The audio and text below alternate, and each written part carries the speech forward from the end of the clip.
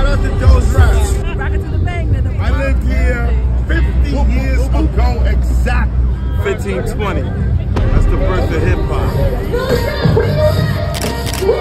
Next 50 years, it's Mars, Venus, Pluto. I am hip hop. I'm here to celebrate our culture. Yeah, this album is dedicated to all the teachers that told me I never amount to nothing. To all the people that lived above the buildings that I was hustling from that called the police on me. Salut l'équipe, c'est Camulo James pour Dose Rap. Aujourd'hui, on se retrouve à New York pour les 50 ans du hip-hop.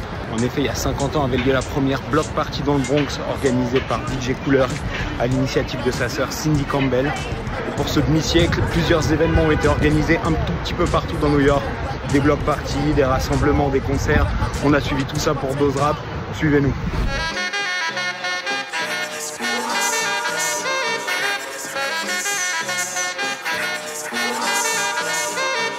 I reminisce.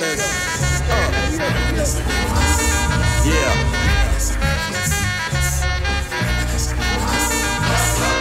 This is 1600 Sedgwick Avenue. I lived here 50 years ago exactly to this day. Oh, wait a minute, hold on. We are in the Mecca, the birthplace of where it all started, 1520 Sedgwick Avenue. And for those who don't know the origin story of hip hop, it started in a community center in the Bronx at a birthday, actually it's a back to school party, right? And Cindy Campbell came up with the idea to raise money for back to school clothes by doing a party in the community center.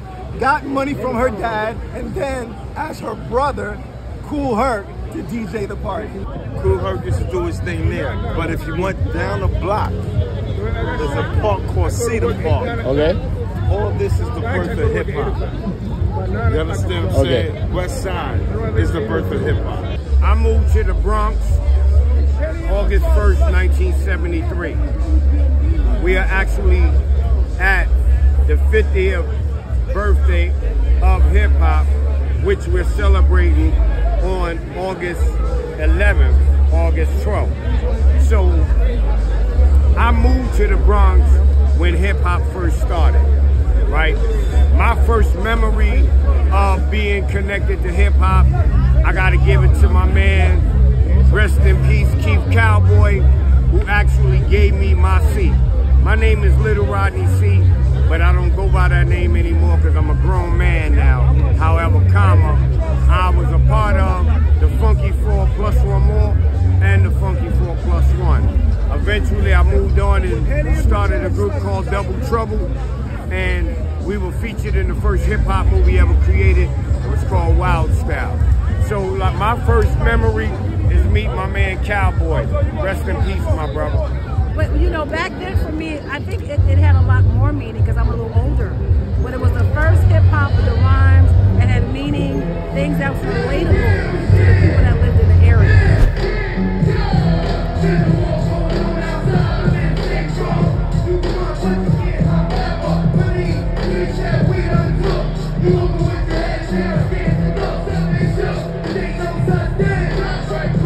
My name is Bo Dean. I'm from the Dean family, and that's what it is. We're a part of Rough Riders. You see the R.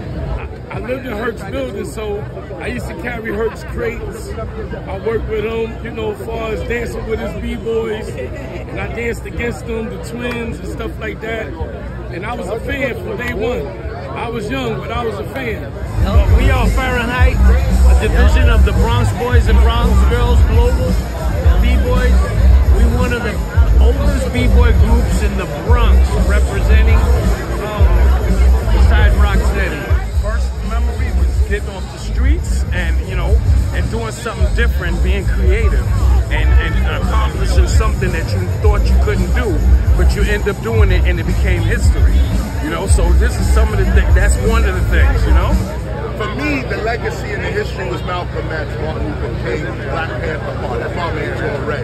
That was like the legacy we came with. These kids today don't really have a legacy.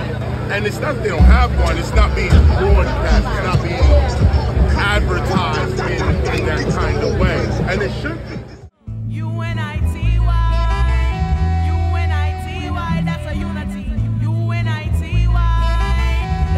Right now, we're in Harlem, 5th Street. First of all, I was born and raised in Harlem. So it's not just music, this is part of my history. Things that I can relate to, things that I had fun with, things I shared with my family. So that's why it's important that I'm here.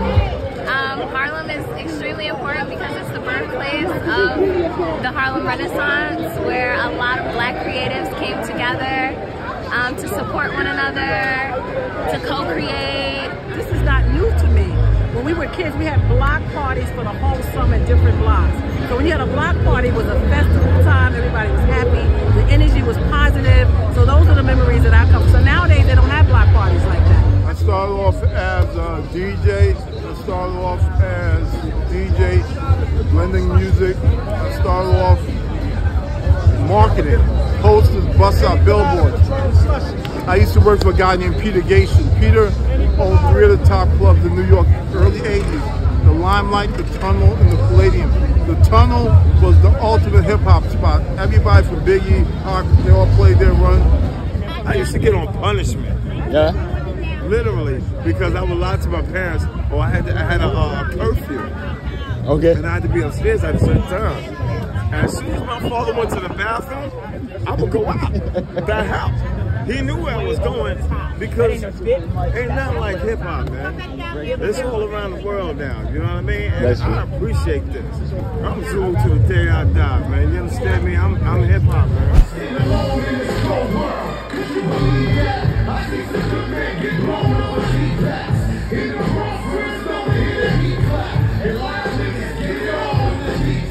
Do you have a top 5 or top 3 best MC ever?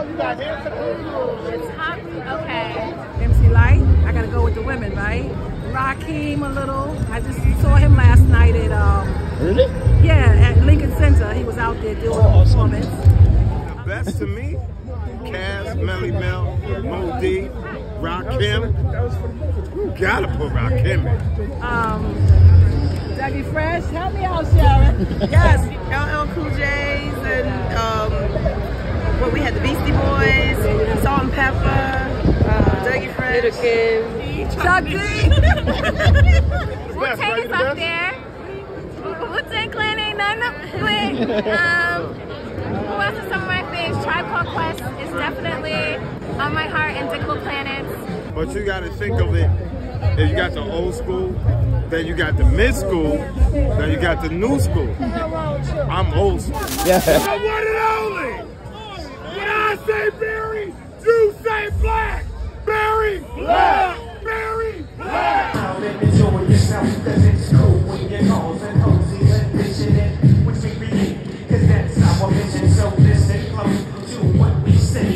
out to the pioneers, the first rapper, Copeland Rock, DJ, you know what I mean, the godfather of hip hop, Kool Herc, and the first entrepreneur of hip hop, Cindy Campbell, who doesn't get enough praise for setting up the party that started hip hop.